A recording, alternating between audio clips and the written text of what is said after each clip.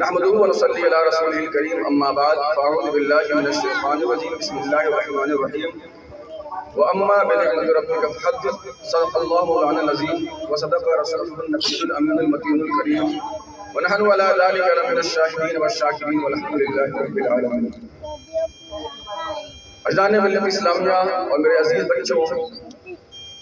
میں اپنی اسپیچ کا آغاز اس شعر سے کرتا ہوں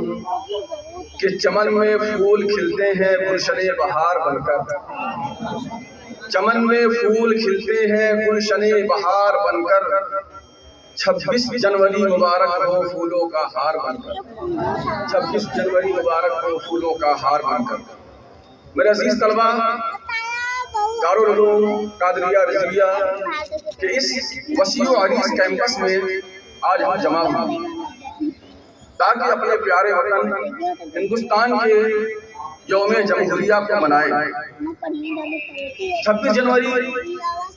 تاریخ کا ایک سنہرا باب ہے، کیونکہ اسی دن 1950 میں ہمارے ملک نے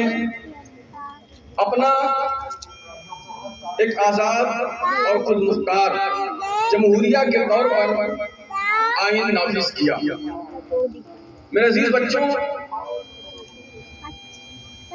انگریز ہندوستان کی سرزمین پر تجارت کی غرض سے آئے تھے۔ رفتہ رفتہ تجارت کے نام پر فوجی اور سماجی سیاسی اثر و رسوخ حاصل کر کے یہاں کے حکمرانوں کو بے دست و پا کر دیا اور یہاں کے سیاہ و سفید کا مالک بن کر ہزاروں لاکھوں ہندوستانیوں کو موت کے گھاٹ اتار کر ظلم و بربریت کی ایسی داستان رکھی،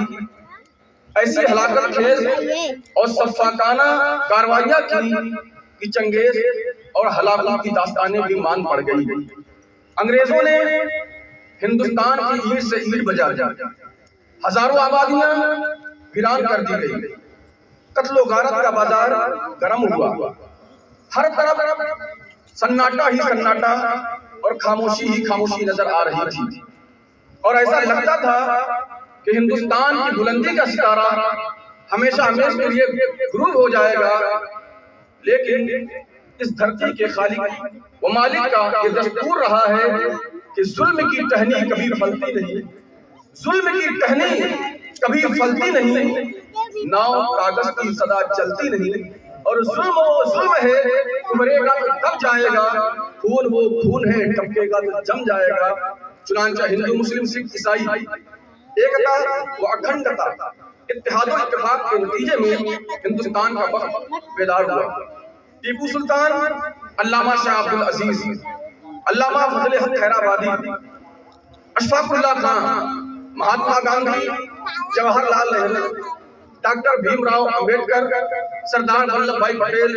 سردار بھگت سنگھ، ان جیسے ہزاروں رہنماؤں کی قیادت میں لاکھوں ہندوستانیوں نے اپنی جانوں کے نذرانے پیش کیے، جام شہادت نوش کیا، پھانسی کے پھندے کو چوما، اپنی چھاتیوں پر گولیاں کھائی، لیکن پیچھے نہیں ہٹے، بلکہ انگریزوں کی آنکھوں میں آنکھیں ڈال کر کہا، سرفروشی کی تمنا اب ہمارے دل میں ہے، دیکھنا ہے زور کرنا بازوئے قاتل میں ہے، وقت آنے دے بتا دیں گے تجھے اے آسماں، ہم ابھی کیوں بتائیں کیا ہمارے دل میں ہے، ہم ابھی کیوں بتائیں کیا ہمارے دل میں ہے۔ عزیز طلبہ، آزادی سے پہلے ہمارا کوئی دستور اور آئین نہیں تھا، بلکہ انگریزوں کا بنایا ہوا قانون تھا۔ چنانچہ ضرورت پڑی ایک ایسے دستور اور آئین جو بھارت کی تعمیر و ترقی کی راہ میں سنگ میل ثابت ہو، جو ہر قدم پر ساتھ دے سکے اور ہمارا دیش پھر سے اپنے زلف برہم کو سوار سکے۔ چنانچہ ایک کمیٹی تشکیل دی گئی